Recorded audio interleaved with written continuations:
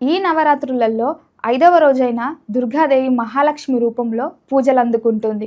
ఈరోజు మహాలక్ష్మీదేవిని ఆరాధిస్తే ఆర్థిక సమస్యలు తొలగి ఐశ్వర్యం, ఆనందం కలుగుతాయని పురాణాలు చెప్పబడుతున్నాయి.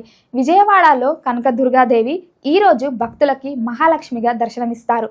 ఈరోజు అమ్మవారికి ఆకుపచ్చని రంగు వస్త్రాలు అలంకరించడం శుభం.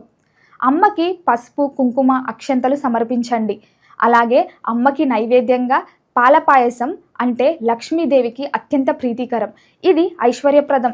చక్కెర పొంగలి సమర్పించడం వల్ల మంగళకార్యం, సంపద వృద్ధి కలుగుతాయి.